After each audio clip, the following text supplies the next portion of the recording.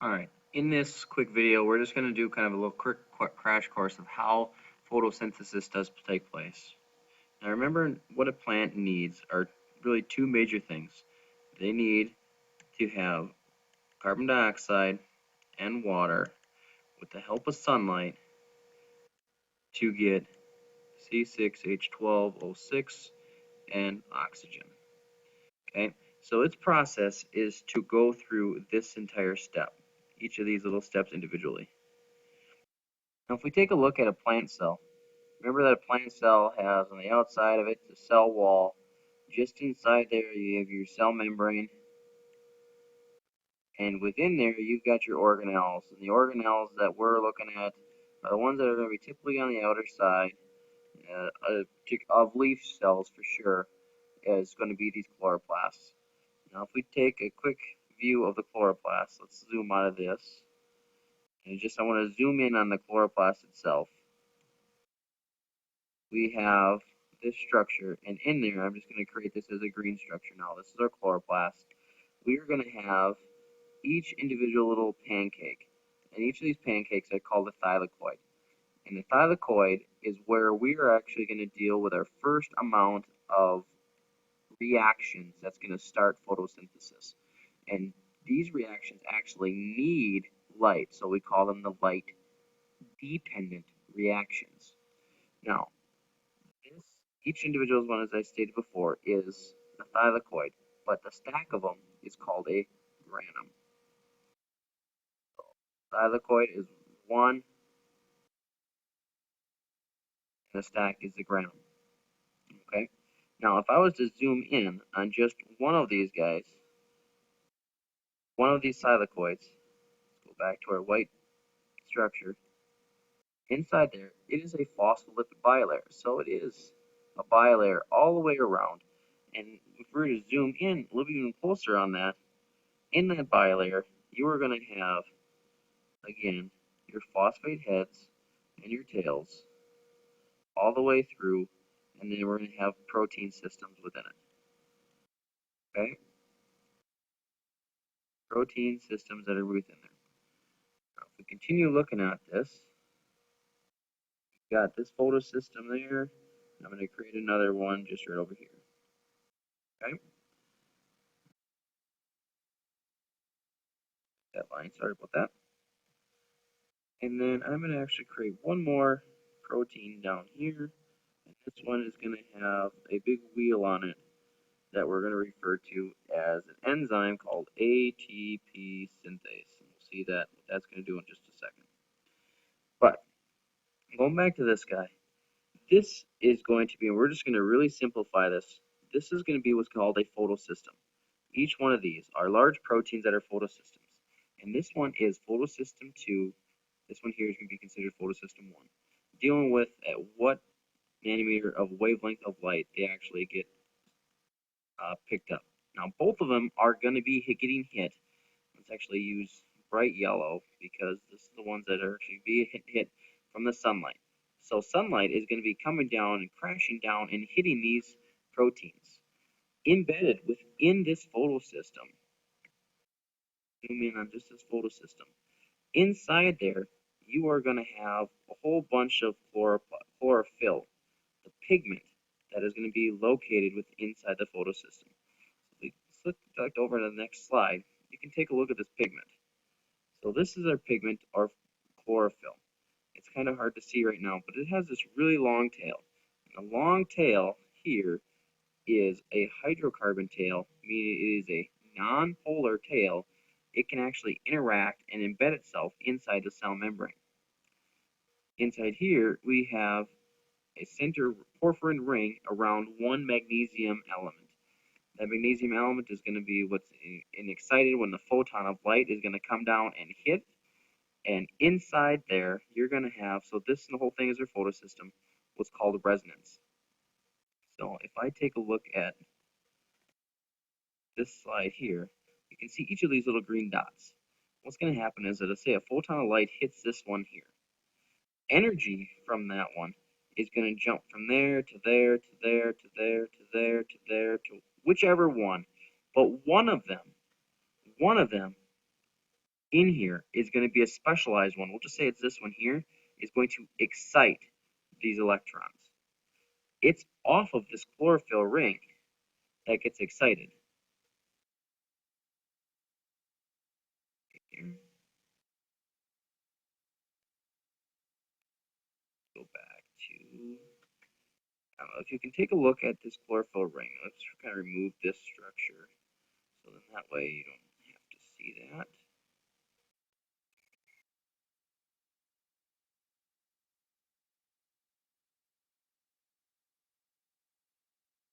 There we go. So in that structure, you can take a look back at your chlorophyll. Notice that there's a lot of elements in there, and these elements that are going to be kind of cleaving off every once in a while are going to be your hydrogens, your electrons. Now what's going to happen as we go through this ring is that it's going to create, again, we have our phospholipid bilayer, and then we got this photosystem. We're just going to call that PS2, phospholipid bilayer, PS1, right? We're going to have photons of light hitting here, photons of light hitting here, and based on the wavelength, what's going to happen is that electrons are going to be excited within here. The hydrogen proton that was there is actually going to be left out. So I'm going to have, like the ETC, hydrogen proton left out, but the electron that got excited, which is be this guy here, is moving on up, and as it works through this electron transport chain, it can then also be picked up and excited in photosystem 1. So those same electrons that were excited the first time are there. Now, these electrons, as they're leaving chlorophyll, all of a sudden I have a chlorophyll molecule that's short of electrons. What's going to happen is we're going to have another carrier electrons come in, and the electrons this time are actually going to be coming from water. So the splitting of water is going to be this process, and what I get left out, I'm going to end up getting oxygen gas, where these hydrogens are going to be utilized in this process. So if I can take this structure of our photosystems, we're going to talk about what's called cyclic photophosphorylation and non-cyclic photophosphorylation. In our sense of our photosystems, we go back to our drawing where we have our membranes. Here's our photosystem 1, photosystem 2, 2, PS1. What's going to happen is that as the sunlight hits these guys, we're going to have electrons get excited and then work through the cell membrane. This membrane is going to, as it gets lowered in energy levels, it gives off some fluorescence and it can get excited again. Now, this last electron here that will be picked up is going to be picked up by another bus. We learned in the cellular respiration that was NADH when it became fully reduced. Now this reduced form is NADPH. So NADPH is in the plants. What's left over here then are these hydrogen protons. Hydrogen protons are filling up inside the thylakoid space. Go back to our illustration here. Inside the space that we had, we were starting to see a whole lot of hydrogen protons filling up inside this space, inside one of the stacks of thylakoids. Now, as those protons are filling up, these electrons are getting picked up by NADPH. These guys, by simple diffusion, move their way down this protein. That protein is ATP synthase. And so that enzyme is going to be used to couple ADP with a phosphate group. That is going to make ATP. Okay. What I use as an end product then, I take ATP plus my reduced form of NADP, the NADPH, I take those two away from the thylakoid membrane and I enter back into this space. And that space that is within here, that space is called the stroma. Now, that space is going to be important because that is a spot where I'm going to take the structures of NADPH, the electron there, as well as energy, to what we call the Kelvin cycle. And in the Kelvin cycle, I am going to do carbon fixation. I'm going to take CO2 with the help of these reduced forms of NADPH to make C6H12O6. All right, so let's take a look at how that's done. In just a very simplified form, what we're going to be doing is we're going to take carbon dioxide in the stroma, and inside there, very, very simplistic, we are going to join up with a 5-carbon structure of RUBP, ribulose bisphosphate. Okay, we're going to join those two up. Now, there's one enzyme that's going to allow these two to stick together. It's one of the most abundant enzymes in the world. Super, super good to have. Not very efficient, but this is Rubisco. This enzyme is going to help couple these together. Now, what it actually makes is a pretty unstable 6-carbon structure. That unstable 6-carbon structure will immediately split up into 2 3-carbon structures. And long story short, without going through each individual step, just to simplify, what's going to happen is we are going to create the 3-carbon structure. We are going to call it P-gal. And the P-gal structure is going to be our phosphoglyceraldehyde, which we saw in the cellular respiration process. And when I get 2 P-gals, I'm going to utilize that process to help create the equation of getting C6H12O6.